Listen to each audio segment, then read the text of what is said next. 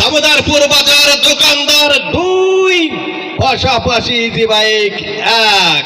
এই হলো খেলার সেই শামপু হাসান শামসুর রহমান গোলের উদ্দেশ্য মেরেছে, গোল হবে, গোল হলো হতে পারত সামান্যর জন্য।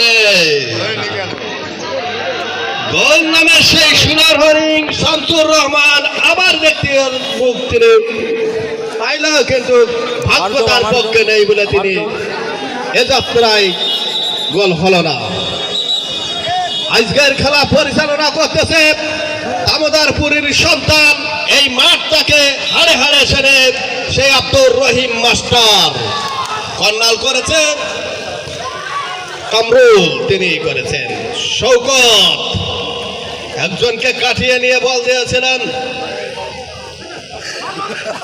দুজনকে কাটিয়ে নিচ্ছে, তারাই করে বল মেরেছে, গোলরক্ষক ছিলেন প্রস্তুত। এ যাত্রায় তিনি রক্ষা করল, কোন বিপদ নয়। খেলার ফলাফল যা ছিল তাই। আসলে আজকের খেলায় আমি জানি যে যে দুজন ক্যাপ্টেন তারা কিন্তু মাঠের ভিতরে নাই।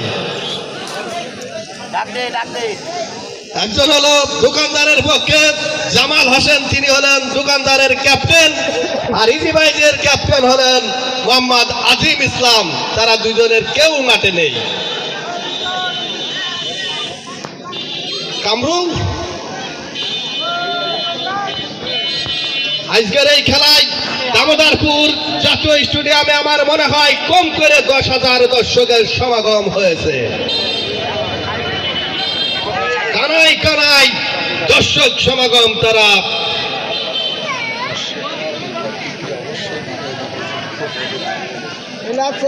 এখন দর্শক সমাগম চাচ্ছে। আজকের এই খেলায় যে দুজন ক্যাপ্টেন তাদেরকে মাঠে দেখার জন্য অনুরোধ করতেছে, কিন্তু তাদেরকে মাঠে খুঁজে পাচ্ছে না। আরো একজন খেলোয়াড়ের পরিবর্তন,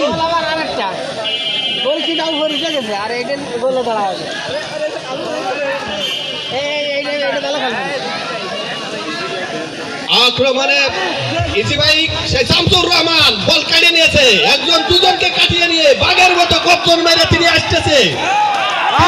উদ্দেশ্য মঈনকে রাখতে পারলেন না, আবার যা কাদের ফাঁকা জায়গায় পেয়েছে, কাদেরের আইন ধরে গোলে শট করেছিলেন নতুন প্লেয়ার, গোল দিতে পারলেন না।